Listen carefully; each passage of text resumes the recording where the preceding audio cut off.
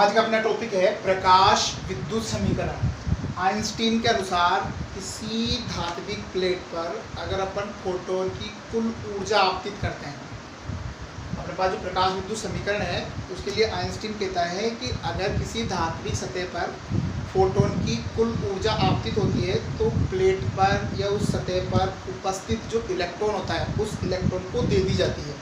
वो इलेक्ट्रॉन उस ऊर्जा को दो रूपों में व्यक्त करता है। एक तो वो इलेक्ट्रॉन को उत्सर्जित होने में जो ऊर्जा खर्च होती है कार्यफलन, उसके रूप में करता है, और दूसरी जो शेष ऊर्जा होती है वो शेष ऊर्जा उस उत्सर्जित इलेक्ट्रॉन की गतिज ऊर्जा के रूप में खर्च हो जाती है।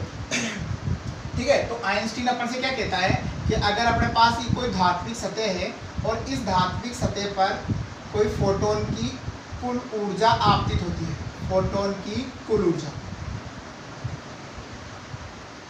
ये फोटोन की कुल ऊर्जा इस सतह पर उपस्थित जो इलेक्ट्रॉन होता है इस इलेक्ट्रॉन को दी जाती है, और ये इलेक्ट्रॉन इसको दो रूपों में खर्च करता है। एक तो वह इलेक्ट्रॉन को उत्सर्जित होने में खर्च ऊर्जा कार्यफलन इसके रूप में, तथा दूसरी जो उत्सर्जित इलेक्ट्रॉन होता है उस इलेक्ट्रॉन की गतिज ऊर्जा के रूप में खर्च हो जाती है। ठीक है, तो अपन कहेंगे कि जो फोटोन की कुल ऊर्जा है या कुल आपतित कुल ऊर्जा, आपतित कुल ऊर्जा, इस आपतित कुल ऊर्जा का मान एक तो इलेक्ट्रॉन को उत्सर्जित होने में खर्च ऊर्जा कार्यफलन और उत्सर्जित इलेक्ट्रॉन की जो गतिज ऊर्जा होती है उस गतिज ऊर्जा के रूप में खर्च होती है।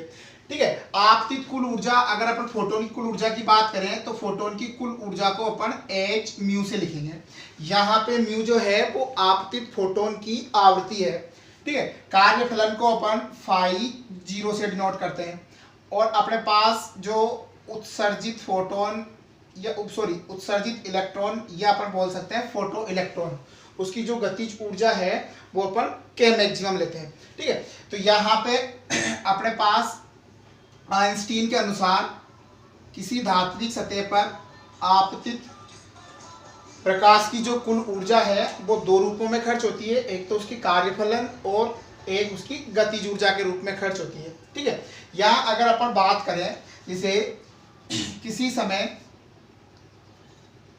आपतित जो फोटोन है और उस आपतित फोटोन की आवृत्ति अगर कार्यफलन या देहली आवृत्ति के बराबर है। ठीक है, अपन बात कर रहे हैं कि आपतित फोटोन की जो आवृत्ति है वो अगर देहली आवृत्ति के बराबर है, म्यू इक्वल टू म्यू 0 है, तो उस स्थिति में अगर अपन बात करें कि यहाँ पे जो आपतित आवृत्ति है वो देहली आवृत्ति के बराबर है, तो उस स्थिति में उस फोटो इलेक्ट्रॉन की गतिज ऊर्जा का मान 0 होगा, क्योंकि उसके पास जो ऊर्जा इलेक्ट्रॉन को मिलेगी वो किसके बराबर मिल रही है, कार्यफलन के बराबर। तो जब इलेक्ट्रॉन के पास जो ऊर्जा मिली उसको कार्यफलन के बराबर मिलेगी तो वो सारी की सारी ऊर्जा इलेक्ट्रॉन को उत्सर्जित कराने में खर्च हो जाती है, तो बाकी जो शेष ऊर्जा है वो क्या रहेगी, 0। इसका मीन्स यहाँ पर जो अधिकतम गतिज ऊर्जा है उसका मान क्या होगा, 0 होगा। अपन यही बात करें तो यहाँ पर जो कार्यफलन फाई 0 है, ये कार्यफलन फाई 0 का मान h म्यू 0 के बराबर होगा। यहाँ पे ये कार्यफलन और इसको अपन बोलेंगे देहली आवृत्ति, देहली आवृत्ति। इसी समीकरण को अगर अपन आगे बढ़ाएं, इसी समीकरण को और आगे बढ़ाने की अपन कोशिश करें तो यहाँ पर h mu equal to phi 0 की जगह अपन h mu 0 plus K maximum, यहाँ अगर अपन के मैक्सिमम की बात करें इसको अपन यहाँ से इस तरफ स्थानांतरित करेंगे तो के मैक्सिमम इक्वल टू अपने पास h म्यू, इसको इधर अपन ट्रांसफर करेंगे माइनस h म्यू 0, तो अपने पास के मैक्सिमम इक्वल टू यहाँ से h कॉमन आएगा म्यू माइनस म्यू 0। यहाँ पे म्यू आपतित फोटोन की आवृत्ति है और म्यू जीरो यहाँ पर देहली आवृत्ति है। एच प्लांक नियतांक, के मैक्सिमम जो उत्सर्जित इलेक्ट्रॉन है, या अपन फोटो इलेक्ट्रॉन की बात करें तो फोटो इलेक्ट्रॉन की अधिकतम गतिज ऊर्जा है। ठीक है, इसी समीकरण को अपन अदर फॉर्म में लिखें तो अनदर फॉर्म में अपन बात कर सकते हैं कि यदि फोटो इलेक्ट्रॉन का द्रव्यमान स्मॉल m है तथा वेग v maximum,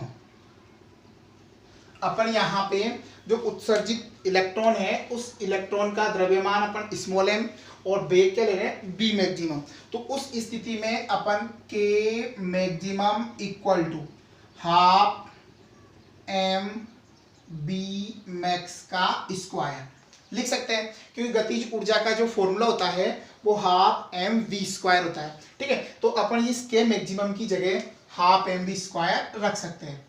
half M v max square equal to h की कॉमन ही mu minus mu zero, mu minus mu zero. ठीक है, तो अपन इसको वेग की फॉर्म में लिख सकते हैं। तो अपने पास जो एक समीकरण मिली अपन को H mu equal to 50 plus K maximum, यहाँ पे ये आपतित प्रकाश की कुल ऊर्जा, कार्यफलन, और ये है इलेक्ट्रॉन की अधिकतम गतिज ऊर्जा। ठीक है, अपन इस कार्यफलन को एच म्यू जीरो की फॉर्म में लिखेंगे। यहाँ पे इस स्टेप को अपन आगे बढ़ाते हैं तो यहाँ से इसका ट्रांसफर अपन इस साइड करेंगे, जैसे करेंगे साइन चेंज हो जाएगा। K maximum equal to H mu minus H mu zero, यहाँ से h कॉमन लेंगे तो म्यू माइनस म्यू जीरो। ठीक है, इसी गतिज ऊर्जा को अपन ने वेग के फॉर्म में लिखा, तो वेग के फॉर्म में ये half M V maximum square है। ठीक है, इसी को अगर अपन अनदर फॉर्म में लिखे, दूसरी फॉर्म में लिखना चाहें तो इसको अपन निरोधी विभव के रूप में भी लिख सकते हैं। ठीक है, तो निरोधी विभव के रूप में कैसे लिखेंगे, क्योंकि अपन पहले से ये जानते हैं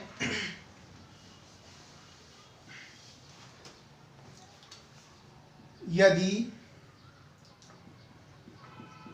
निरोधी विभव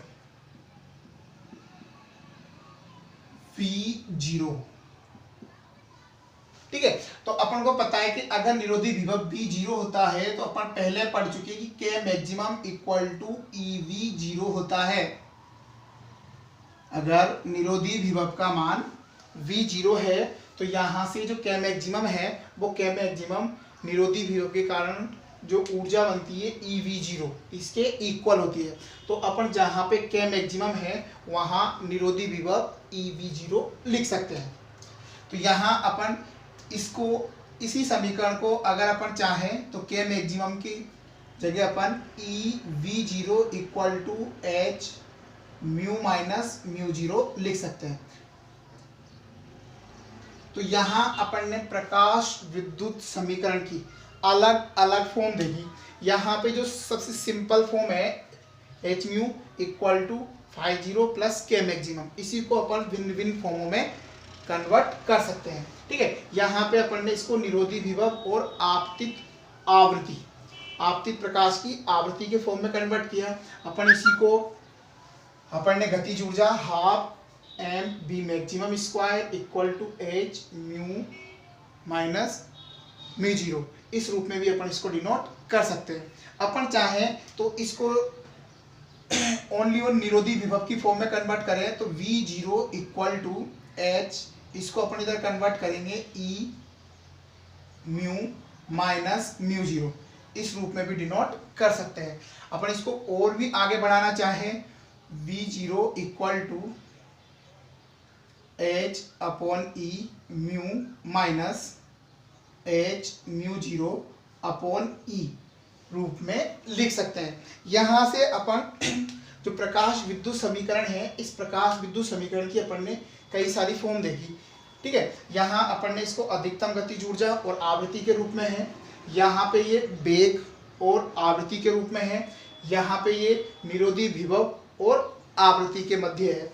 ये जो प्रकाश विद्युत समीकरण है, ये प्रकाश विद्युत समीकरण को जब अपन विभव के रूप में देखते हैं, गतिज ऊर्जा के रूप में देखते हैं, तो इनको सभी के रूप में अपन देखेंगे तो ये एक सरल रेखा की समीकरण प्राप्त होती है।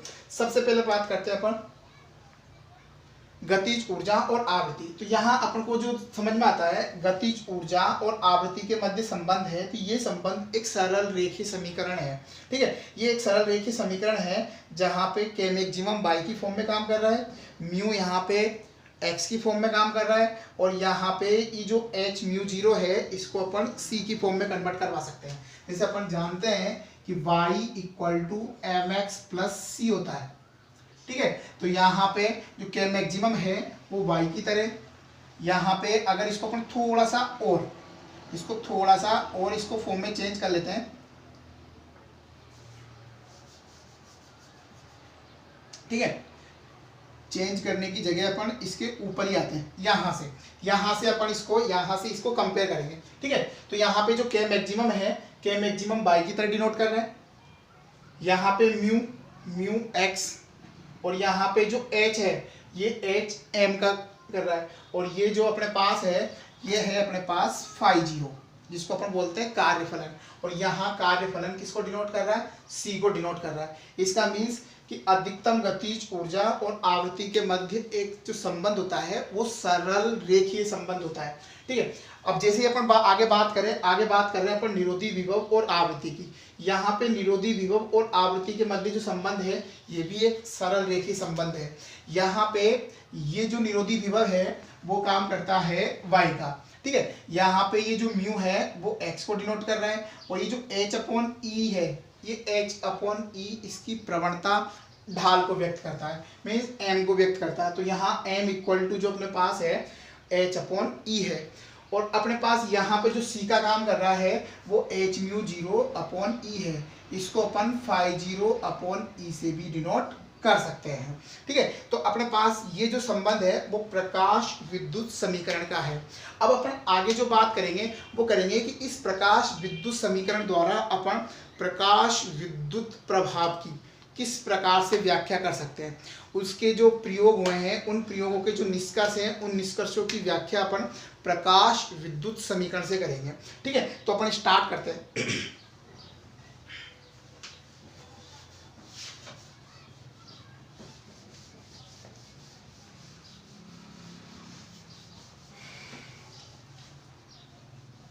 यहाँ अपने पास प्रकाश विद्युत समीकरण half M B maximum square equal to H mu minus mu zero है। ठीक है, तो यहाँ अगर अपन बात करें ये बी मैक्सिमम जो है वो फोटो इलेक्ट्रॉन की अधिकतम गतिज ऊर्जा है, और जो उत्सर्जित इलेक्ट्रॉन है या जो फोटो इलेक्ट्रॉन है उसकी जो गतिज ऊर्जा होगी, ठीक है, गतिज ऊर्जा से जो वेग आएगा, जो वेग होगा वो हमेशा कैसा होगा, धनात्मक होगा। ठीक है, तो अपन ये कह सकते हैं कि इसका वेग या तो क्या होगा, धनात्मक होगा, मीन्स जीरो से बड़ा होगा, या फिर क्या होगा, जीरो के इक्वल होगा। ठीक है, क्योंकि अगर आपतित प्रकाश की जो ऊर्जा है, आपतित प्रकाश की ऊर्जा अगर कार्यफलन के बराबर है तो वहाँ इस वेग का मान क्या होगा, शून्य। अगर आपतित प्रकाश की ऊर्जा का मान कार्यफलन से ज़्यादा है तो वहाँ इस बी मैक्सिमम या उस फोटो इलेक्ट्रॉन का जो वेग होगा वो वेग कैसा होगा, धनात्मक होगा। ठीक है, तो यहाँ से अगर अपन इसकी बात करें कि जब बी मैक्सिमम की वैल्यू जीरो से बड़ी है या इक्वल है, तो यहाँ बी मैक्सिमम, इस बी मैक्सिमम की वैल्यू जब जीरो से बड़ी है तो यहाँ म्यू माइनस म्यू जीरो इसकी वैल्यू भी क्या होगी, जीरो से बड़ी होगी, क्योंकि ये आपस में कैसे हैं, इक्वल है। तो यहाँ अपन अब बात करें म्यू माइनस म्यू जीरो की वैल्यू भी ग्रेटर देन जीरो होगी। ये ग्रेटर देन जीरो होगी तो अपन यूँ बोल सकते हैं कि म्यू, इसको इधर ट्रांसफर करेंगे म्यू जीरो। तो यहाँ से अपन अपने को जो एक रिलेशन मिला है वो मिला है कि आपतित जो प्रकाश है उस आपतित प्रकाश की आवृत्ति हमेशा देहली आवृत्ति के इक्वल या इससे क्या होनी चाहिए, ज़्यादा होनी चाहिए, बड़ी होनी चाहिए, means mu is greater than equal to mu zero. ठीक है, मीन्स आपतित प्रकाश की जो आवृत्ति है वो हमेशा देहली आवृत्ति से अधिक होनी चाहिए। तो अगर अपन ने जो प्रकाश विद्युत प्रभाव के प्रायोगिक निष्कर्ष देखे थे वहाँ भी अपन ने यही देखा था कि किसी धात्विक प्लेट से इलेक्ट्रॉन को उत्सर्जित करवाने के लिए आपतित प्रकाश की आवृत्ति देहली आवृत्ति से अधिक होनी चाहिए। तो अपन को इस प्रकाश विद्युत समीकरण से भी यही मिलता है। इसका मीन्स ये है कि प्रकाश विद्युत समीकरण इस प्रकाश विद्युत प्रभाव के निष्कर्ष की व्याख्या करता है। ठीक है, अब अपने अगले निष्कर्ष की बात करें तो अगले निष्कर्ष की अपन बात करेंगे तो यहाँ पे अपन इसी समीकरण को थोड़ा सा अनादर फॉर्म में लिखते हैं। यहाँ अपने पास K maximum equal to H mu minus mu zero लिख सकते हैं। ठीक है, तो यहां से अपन को क्या मिलता है कि ये अधिकतम जो गतिज ऊर्जा है वो इस आवृत्ति के क्या है, डायरेक्टली समानुपाती तो नहीं है लेकिन समानुपाती है। ठीक है, यहाँ पे ये जो गतिज ऊर्जा है वो गतिज ऊर्जा इस आवृत्ति के क्या है, समानुपाती। ठीक है, प्रायोगिक निष्कर्षों से भी अपन को यही मिला है कि जो फोटो इलेक्ट्रॉन है उसकी गतिज ऊर्जा आपतित प्रकाश की आवृत्ति के समानुपाती है। तो अपन को ये संबंध भी यहाँ से प्राप्त होता है। इसका मीन्स प्रकाश विद्युत समीकरण इस निष्कर्ष की भी व्याख्या करता है कि इलेक्ट्रॉन की, फोटो इलेक्ट्रॉन की जो गतिज ऊर्जा है वो आपतित प्रकाश की आवृत्ति के क्या है, समानुपाती है या उस पर निर्भर करता है। ठीक है, यहाँ बात करें अपन तीव्रता की, तो प्रकाश की तीव्रता जो होती है वो नंबर ऑफ फोटॉन्स पे डिपेंड करती है। मीन्स आपतित जो फोटोन होते हैं, आपतित प्रकाश के अंदर जो फोटोन है उस पर डिपेंड करती है। ठीक है, तो यहाँ से जब आपतित फोटोन की बात करेंगे तो जितने फोटोन आएंगे वो उतने ही इलेक्ट्रॉनों से टकराते हैं, और जितने इलेक्ट्रॉनों से टकराते हैं उतने ही इलेक्ट्रॉनों को वो उत्सर्जित करवाता है। तो उत्सर्जित करवाएगा, उससे गतिज ऊर्जा का कोई संबंध नहीं होता। ठीक है, तो अपन ये कह सकते हैं कि गतिज ऊर्जा का जो मान होता है वो प्रकाश की आपतित प्रकाश की तीव्रता पर निर्भर नहीं करता। ठीक है, अगली बात करें अपन समय पश्चिता की। आइंस्टीन अपन से कहता है कि जैसे ही देहली आवृत्ति से अधिक आवृत्ति का प्रकाश धात्विक प्लेट पर आपतित होता है तो वो इलेक्ट्रॉन को संपूर्ण ऊर्जा दे देता है, और इलेक्ट्रॉन संपूर्ण ऊर्जा प्राप्त करते ही क्या होता है, उत्सर्जित हो जाता है। इसका मीन्स आपतित प्रकाश और उत्सर्जित इलेक्ट्रॉन के मध्य किसी प्रकार की कोई समय पश्चिता नहीं होती। तो अपन को यहाँ पे जो प्रकाश विद्युत समीकरण है उस प्रकाश विद्युत समीकरण से प्रकाश विद्युत प्रभाव के निष्कर्षों की व्याख्या करनी थी जो अपन ने की। ठीक है, सबसे पहला अपने पास था कि इलेक्ट्रॉन को उत्सर्जित करवाने के लिए आपतित प्रकाश की आवृत्ति देहली आवृत्ति से अधिक होनी चाहिए। दूसरी अपन बात करें कि अधिकतम गतिज ऊर्जा का मान आवृत्ति पर निर्भर करता है, तीव्रता पर नहीं। अगली बात करें अपन तो अपन ने समय पश्चिता की बात की थी। दोबारा करते हैं कि समय पश्चिता इसलिए नहीं होती क्योंकि आइंस्टीन अपन से ये कहता है कि जब भी फोटोन उस इलेक्ट्रॉन से टकराता है तो एक प्रकार की प्रत्यास्थ टक्कर होती है, और प्रत्यास्थ टक्कर के दौरान वो सारे इलेक्ट्रॉन को तुरंत बाहर करता है। इससे आपतित प्रकाश और उत्सर्जित इलेक्ट्रॉन के मध्य किसी प्रकार की कोई समय पश्चिता नहीं होती। ठीक है, एक बात अपन और भी करें तो अपन यहाँ से निरोधी विभव के लिए बात कर सकते हैं कि निरोधी विभव का जो मान होता है वो भी आपतित प्रकाश की आवृत्ति पर निर्भर करता है। ठीक है, तो वो तो अपन कैसे करेंगे, क्योंकि अपन को पता है कि के मैक्सिमम का मान किस पे निर्भर करता है, निरोधी विभव पे, या निरोधी विभव का मान किस पर डिपेंड करता है, के मैक्सिमम पर। तो ये के मैक्सिमम पे करेगा तो निरोधी विभव का मान भी आवृत्ति पर निर्भर करता है, प्रकाश की आवृत्ति पर निर्भर करेगा। ठीक है, तो अपना आज का जो टॉपिक था वो था प्रकाश विद्युत समीकरण से प्रकाश विद्युत प्रभाव की व्याख्या। ठीक है, नेक्स्ट बार में